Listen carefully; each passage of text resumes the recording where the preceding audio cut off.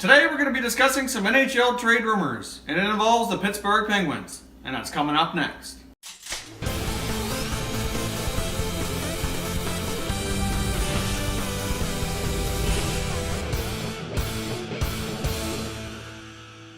Hey everyone, welcome back to another video here at Top Shelf Hockey. If this is your first time to the channel, thanks for stopping by. We analyze and discuss all 31 NHL teams with an unbiased opinion, so if you're a big hockey fan, hit that subscribe button so you don't miss anything.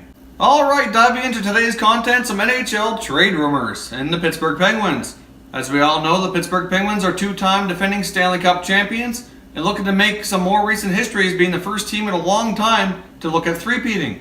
Obviously, that's something that hasn't been done in a long time, and I think in order to have a chance to do it, they need to increase their depth, mainly at forward, to have a shot at having a successful cup run for a third consecutive year.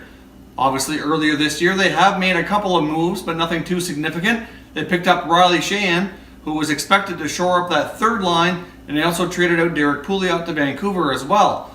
Obviously, Sheahan hasn't been terrible in Pittsburgh, but he hasn't been great either, and I think they'd like to have a little bit more of an offensive push out of that third line. Now, I'm not sure if Sheahan's going to be the player that they're going to dangle out there to try to upgrade that position, or they may use other assets in order to upgrade the third line and maybe bump him down to the fourth line. Either way, the Penguins need to add depth, and we have some rumors that we've been hearing as well as some thoughts of our own on how they could take a look at doing that. Alright, the first rumor for the Pittsburgh Penguins I have has them linked to maybe making a deal with the Toronto Maple Leafs. Now, this reminds me of a discussion I had with a friend of mine probably back in August, September during training camp, I believe. Probably wasn't on anything on video that I discussed with you guys, but it is something I discussed before, and I never bothered making a video of it because there really wasn't any concrete rumors. It was just the thoughts of my own. But I think a good fit for the Pittsburgh Penguins would be Tyler Bozak for a couple of reasons. Number one, he's a pending UFA, and it's heavily rumored that the Maple Leafs are more likely going to be trading him before the deadline. Obviously, with everything going on in Toronto, they may opt to hang on to him if they feel they can make a long cup run. But at the same time, between Bozak and JVR being UFAs, and with all their young kids that are going to be needing contract extensions, a couple of them need one before next season, and of course they can do the mega Austin Matthews extension this summer as well, it's more than likely that they can't keep both. I think if they had to pick, they'd probably prefer to keep JVR. Not sure if that's going to be an affordable option for them, but I think it would be Toronto's preference that if they have to move one of the two, it's likely going to be Bozak. Now, a couple of things that connect Pittsburgh and Bozak for me early on is obviously Pittsburgh lost a lot of players after their last cup run. Happens a lot, mainly victims of salary cap. Their main issue that they need to improve their depth on is down the middle. Obviously, they have probably the best 1-2 punch in the league with Crosby and Malkin. And they also, last year, they had Bonino and Cullen for third and fourth line center, and they played very well for them, especially in the playoffs. They don't have that luxury anymore, and they've been trying to figure out how to go about upgrading that for a lower cost for quite some time. Obviously, earlier this year, they picked up Riley Sheahan, who's been experimenting at third line center, but I'm not really convinced that that's their best move or that that's really working out for them. I think he's been okay, but he's not really providing the offense that they really need.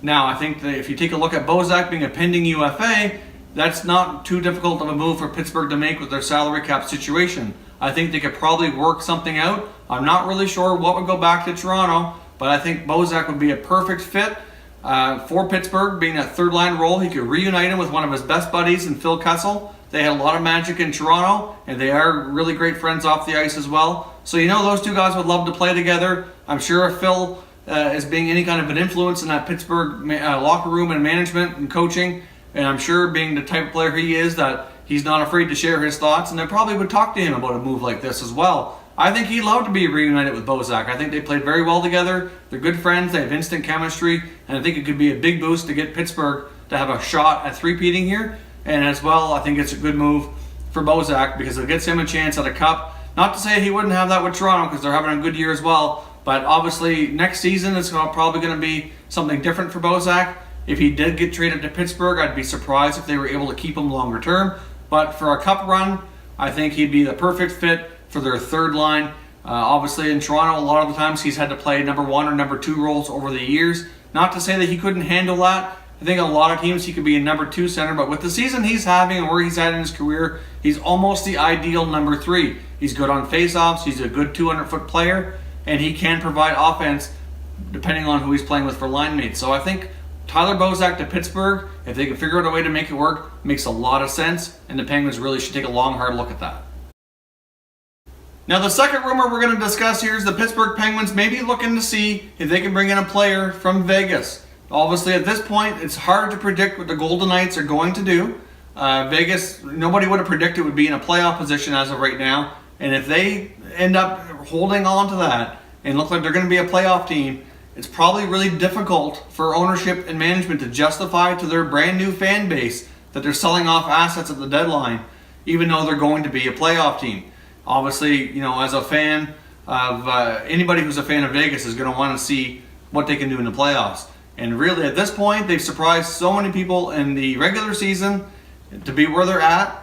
I really don't see why we couldn't expect surprises in the playoffs. Obviously, this season is one of those expect the unexpected type of years. So it's tough to say that Vegas is going to unload some of their big UFAs, but they've got a handful of them that could be dealt, and there's 2 or 3 that are bigger names than others, and a couple of them have a history with the Pittsburgh organization. And as we all know, if you take a look at some of the most successful teams, especially in the NHL over the past 5 to 10 years, Chicago's a good example. If they're going to bring back players, or try to pick up players, for playoff runs, they like to do that with players they're familiar with. It's a lot easier to deal for a player. You know what you're getting. He's played with you before. He's got a history. Depending on when he's been there last, he may have chemistry with existing potential line mates, etc. It's a lot easier to do. And a couple of these Vegas players that are going to be UFAs are former Penguins. They played there before, and they could be a good fit on a short-term basis for this season. So we're going to take a look at the real deal. James Neal having an awesome year in Vegas. He's tearing it up with a point to prove that he can still score at a high rate. And even David Perron. Perron throughout his career has been a pretty solid, for the most part, a 20-goal guy. Even at this point in his career, to have 15 to 20 goals seems reasonable the way he's been playing this year. So could the Penguins look at bringing either of those guys in? Now, I have seen the odd little rumor online regarding the Penguins and the Golden Knights. For the most part, though, that's speculation on my part, just because I think it's something that the Penguins need to look at, and it may or may not prove difficult depending on the positioning of the Golden Knights. As I said, if they hang on to this playoff position, if we get closer into January, approaching February, as we inch closer to that deadline, and the Golden Knights are winning still, and they're hanging on to a playoff spot, as a brand new franchise with a brand new fan base, I think that's really, really difficult for ownership and management to sell to their fans that even though we're winning, we're selling off these guys because they're probably not going to re-sign. I speculated in a prior video that maybe they should look at keeping James Neal, and I still think that that's something they need to consider. If James Neal is willing to stay in Vegas, why not re-sign him for anywhere from 3 to 5 years? I'm not sure what it would cost to keep him. It might be probably going to be north of $6 million, maybe 6.5, 7. He's a pretty reliable goal scorer, anywhere from 25 to 40 goals over his career. So they need somebody there that can score, and they need some players to commit to them longer term. Obviously, they don't want to commit long term to too many guys, because they have a lot of prospects and picks going to be coming through the organization over the next few years, plus the guys they have there now. But they do need a couple of guys at least to be like the face of the franchise. It's hard to say how long Marc-Andre Fleury will stick around, if he'll stay beyond his current contract or not. So, will Vegas be willing to part with these guys? I don't know. But the Penguins need depth scoring. They have a connection to the Golden Knights, and the fact that they have history with these players, I think they could slot in real easy. You could put James Neal right back next to Malkin like he used to play. That would work well. You could put Perron on the third line probably.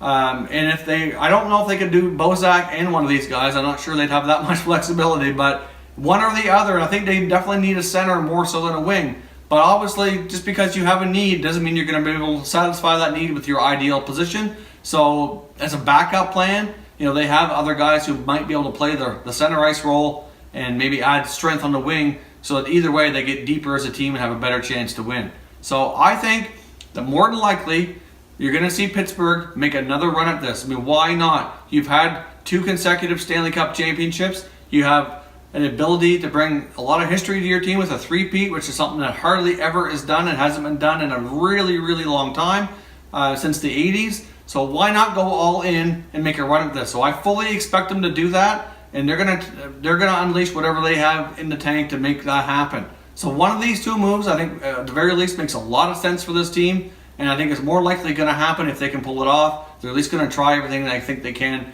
in order to do that, because I think they know right now with how this team is played that they're not deep enough to go on a long playoff run.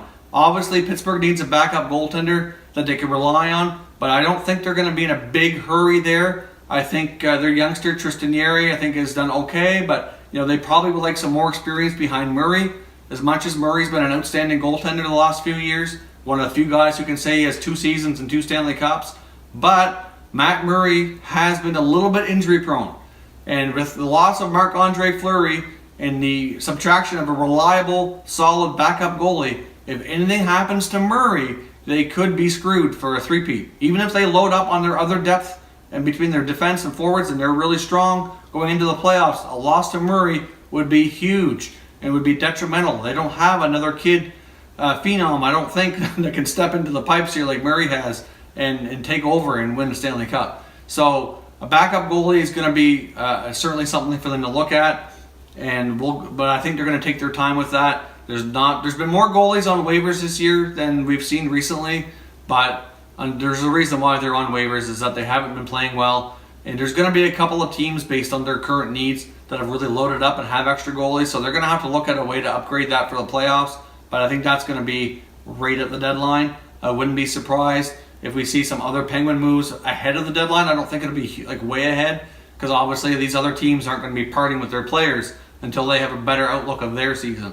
So I think I wouldn't be surprised to see the Penguins jump the gun maybe about a week before the deadline or something like that. I think Jim Rutherford's proven in the past that he's not going to wait around till the last minute to see what other teams are doing. I think they're going to know what they want, and they're going to go for it. So make sure you leave some comments down below. What do you think of these trade rumors? Some of them are rumors I've been reading online, and some of them are just my thoughts on what the Penguins need to do to make their team as strong as possible for another playoff run. So if you've heard any other rumors, not only about the Penguins, but other teams, leave them in the comments below so we can discuss. We love to discuss this type of thing on this channel. And if you have any requests for a video that you'd like me to make discussing any other teams or rumors that you've been seeing online or hearing, then leave a comment as well, and I'll do my best to accommodate that. Thanks for watching, and we'll be talking to you in the next video.